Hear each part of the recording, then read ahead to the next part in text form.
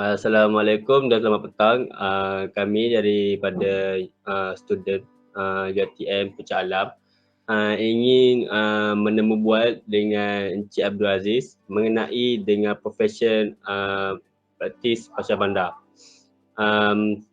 Sebelum tu saya memperkenalkan diri saya. Saya Muhammad Aiman bin Zahari. Nama saya Muhammad Aiman bin Azhar. Nama saya Nurul Syahada binti Jasmani. Dan saya Muhammad Norman Fikri bin Muhammad Anhar. Okey, seterusnya sebelum kami ingin mengemukakan sesi soalan, boleh tak Encik Abdul Aziz memperkenalkan diri untuk dari segi nama, kerjaya dan juga pengalaman dalam seorang bidang arkitektur.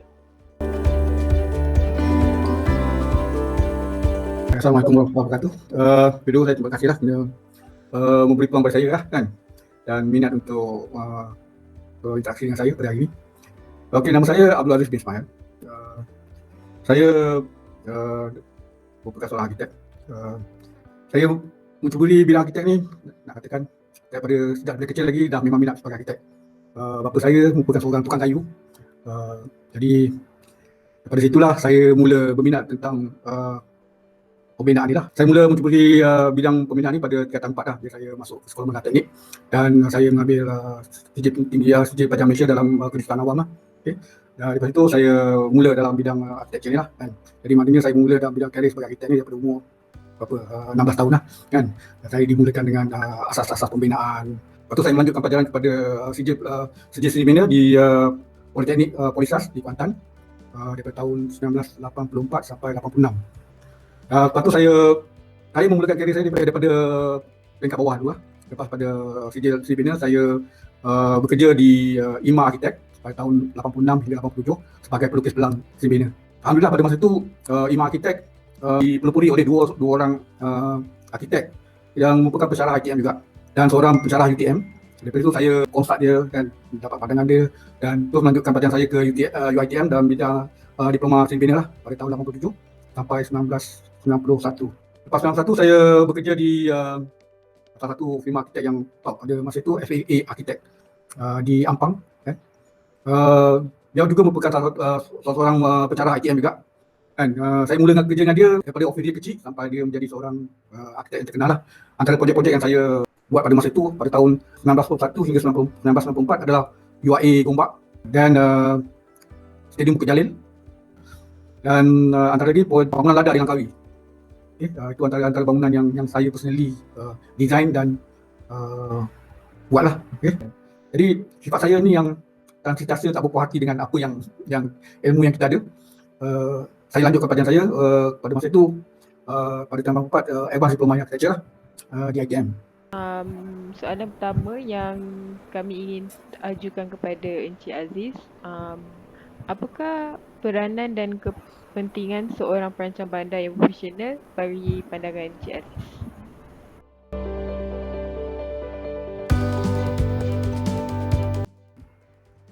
Bagi saya skop perancang bandar ni kan, yang ada ni lah tinggi. Apa yang you pelajari ni sekarang adalah terlampau luas. Okay. Saya nampak kebanyakan student kan, dan perancang bandar sendiri tak tahu arah ke mana perancang bandar itu akan pergi kan. Even dalam profession in practice dekat market ni pun kan, dan jawatan-jawatan yang ada bagi perancang bandar di seluruh Malaysia ni terlampau general dan terlampau luas kan. Jadi kebanyakan perancang bandar sendiri tak memahami apa sebenarnya, tak bersedia untuk menjadi perancang bandar yang bagus sebenarnya kan. Saya buat kalau diberi peluang saya rasa perancang bandar kena lagi spesifik lah kan. Lebih tertumpu kepada arah yang lebih nyata dan tepat kan, supaya macam cakap tadi lah kan, untuk menjadi perancang bandar yang bagus kita kena perlu asas. Macam tadi saya cakap, saya memulakan karier saya daripada pelukis pelan kan, jadi designer baru jadi arkitek kan. Sama juga kan, kalau kita nak profession tiba-tiba you dah habis degree nak jadi perancang bandar tapi you sendiri pun tak tahu kan mana arah kamu nak pergi kan. Ada kamu nak jadi sebagai perancang bandar fizikal kan, ataupun perancang bandar kan, rancangan struktur dan rancangan tempatan kan. Benda yang terlampau jauh kan. Walaupun dia berkait kan, dia mempunyai agenda-agenda yang berbeza kan. Okay. Dan punya arah-arah yang berbeza. Contohnya macam rancangan ni semua ni memerlukan data-data kan. Data-data yang ada yang dicari oleh perancang bandar dan ditranslate dan diterjemahkan dalam bentuk data. Adakah kita hidup ni atas data kan? Kita tak hidup atas data. Kita hidup atas kita punya keperluan kan. Suasana kan. Sekeliling kan. Dalam macam kali COVID kan. Bila you tengok data-data you kan, dia tak akan jadi data yang akan betul lah kan. Contohnya macam sektor pelancongan kan. Data kamu selalu Malaysia punya data kedatangan pelancong naik saja. Tiba-tiba kan tahun ni kan jatuh. Jadi macam mana projection kamu untuk ni kan? Pada pandangan Encik Aziz, apakah ciri-ciri seorang perancang bandar yang profesional?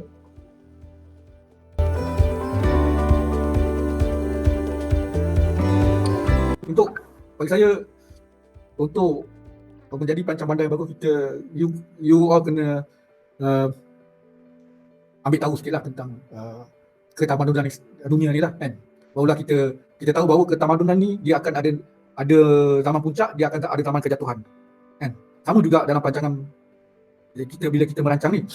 Bila kita merancang ni, kita akan tahu bila waktu puncak dalam perancangan kita tu kan. Dia akan satu zaman puncak dan di mana zaman kejatuhan dia kan. Maknanya macam kita akan tahu sekarang ni pun kita dah nampak macam ada bandar-bandar yang dipanggil sebagai dekat Malaysia ni panggil apa? Bandar tua kan. Bila contohnya Petaling Jaya kan, dia panggil bandar tua sebab penduduk yang duduk kat situ dah umur 60 tahun ke atas kan. So bandar ni dah jadi tua dan sekolah-sekolah dekat kawasan tu dah tak berfungsi sebab tak ada anak-anak, budak sekolah dah tak ada. Okay? So bila kita merancang tu, kita kena merancang the peak and the fall kan. Jadi kalau kita hanya menampakkan satu arah saja, the peak saja kan, perancangan yang menaik tanpa melihat ke perancangan yang menurun, kita akan menghadapi masalah tu lah kan. So untuk sama juga macam ni, kalau kita nak jadi seorang yang profesional, kita kena bertanggungjawab atas apa yang kita buat lah kan. Dan kedua, yang paling penting lah bagi saya kan, kita merancang untuk masa depan, untuk generasi yang akan datang kan. Kita yang akan mengubahkan generasi yang akan datang. Betul cakap dia, kita kena belajar tamadun kan. Sebab apa yang perangai kita, yang perilaku kita hari ini adalah daripada ketamadunan yang berlalu kan. Sama juga apa yang kita bentukkan hari ini, kita akan bentuk generasi yang akan datang. Berdasarkan pengalaman Encik Aziz, apakah cabaran yang terdapat dalam bidang perancangan bandar dan wilayah?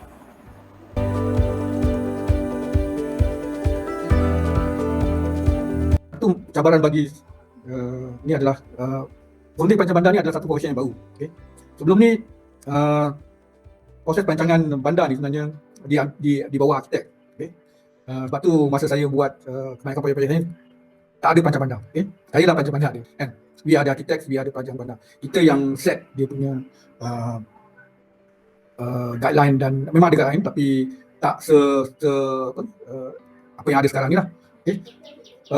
Cabaran yang utama dalam proses ni adalah kan, limit kita lah kan. Mana kemampuan kita sebenarnya kan. Kemampuan kita tu adalah apa ilmu yang kita ada kan. Macam mana kita nak sumbangkan satu perancangan yang baik kalau kita tak ada ilmu. Maknanya kita kena do our research dan kita kena cari ilmu. Sebab kita nak membuat sesuatu, tapi kalau kita tak ada ilmu, macam mana kita nak memberi yang terbaik. Okay? Kita kena berusaha kan. Sama ada kita kena pergi ke tempat yang ada, ataupun kita di zaman sekarang ni tak ada masalah lah sebab internet dah ada kan. You can search di internet. Tapi masa zaman 1996 1991 internet memang tak ada lah kan. So cabaran adalah dari segi itulah. Seterusnya, apakah cadangan bagi menambah baik bagi bidang perancangan bandar ni bagi pendapat Encik Aziz?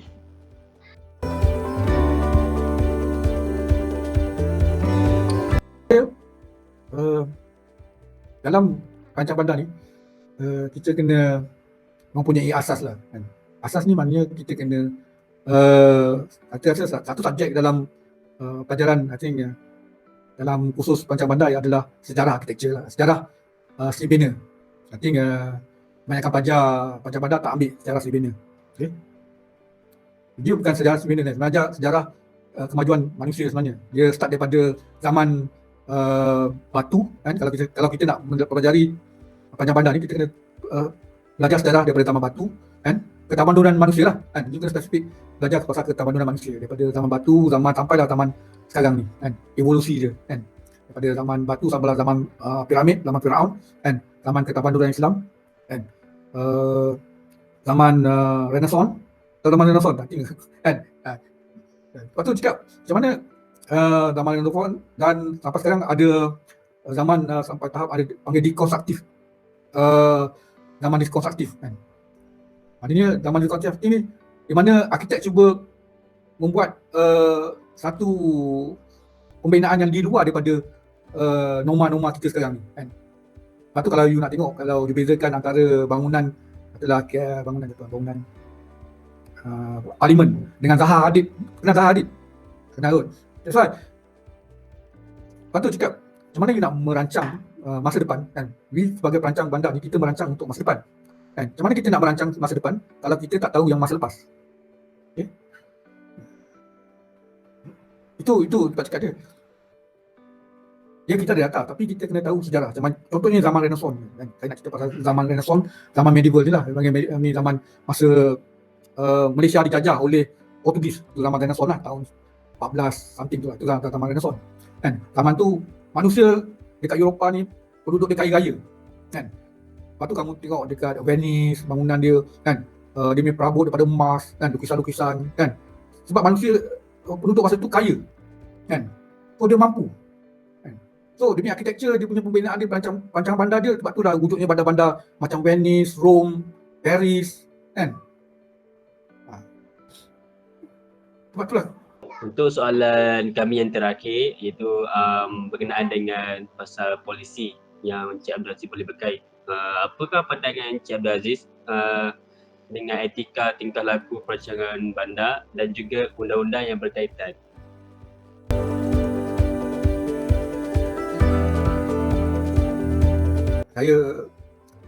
Sepanjang saya melibatkan dalam ni kan, saya rasa polisi yang ada berdasarkan tadi pada data-data sebenarnya kan, arah tuju dia memang tak ada lah kan. Pasal cakap tadi kan, polisi adalah satu polisi, maknanya dia hanya menggariskan do and don't saja kan. Tapi sebagai perancang bandar kan, kita mempunyai etika untuk memajukan kan, beyond bagi kita tadi, melampaui apa yang ada kan. Jadi dalam dunia ni memang ada, dalam Islam pun ada yang benda yang kita boleh dan kita tak boleh kan. Tapi dalam Islam tak menghalang pun kita kan. Okay. So jangan benda ni menjadi satu sekatan untuk kita mengemukakan idea-idea baru kan.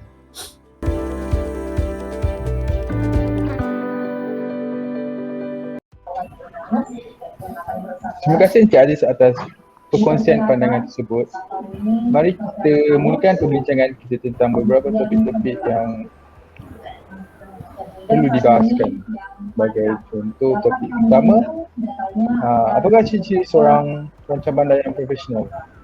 Bagi saya, seorang perancang bandar yang profesional, dia haruslah mempunyai ilmu dan mempunyai empati dalam menjalankan setiap polisi-polisi dan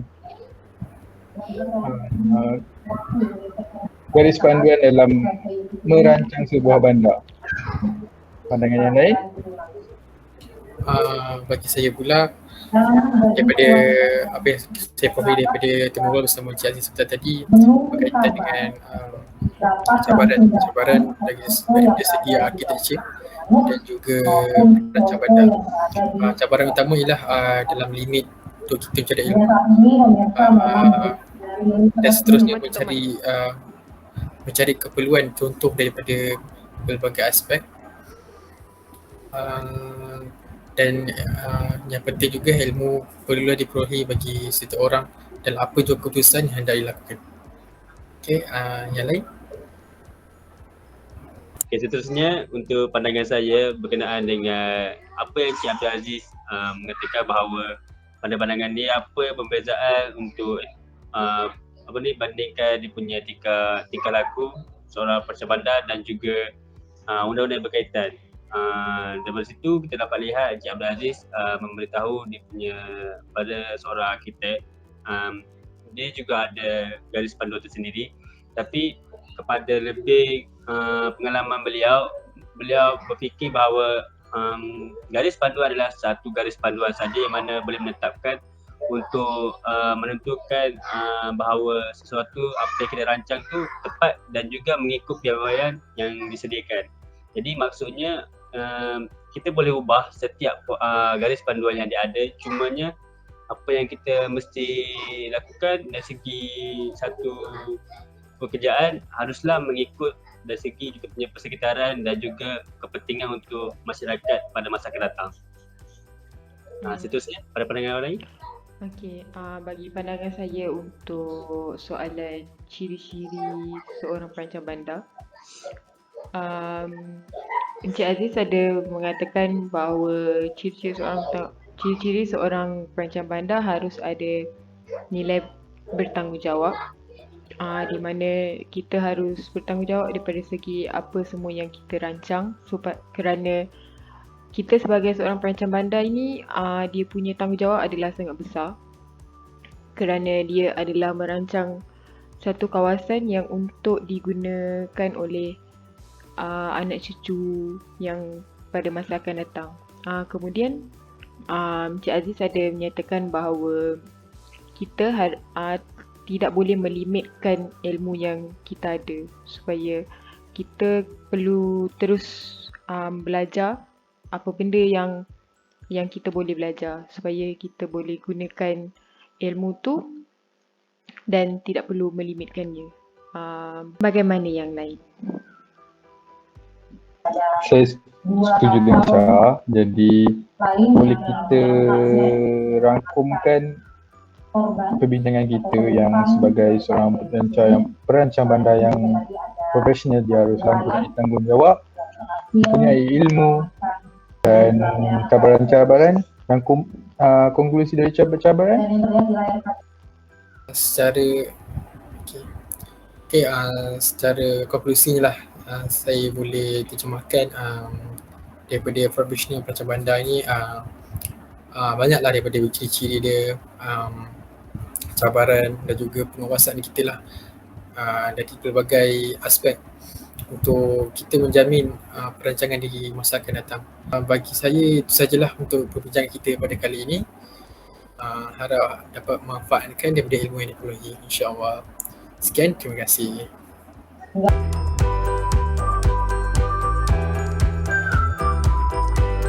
Sebenarnya kemajuan negara kita ni bergantung pada korang semua kan, perancang bandar kan. You are the front person kan. Tolong bentukkan masyarakat depan ke arah yang lebih kondusif lah kan.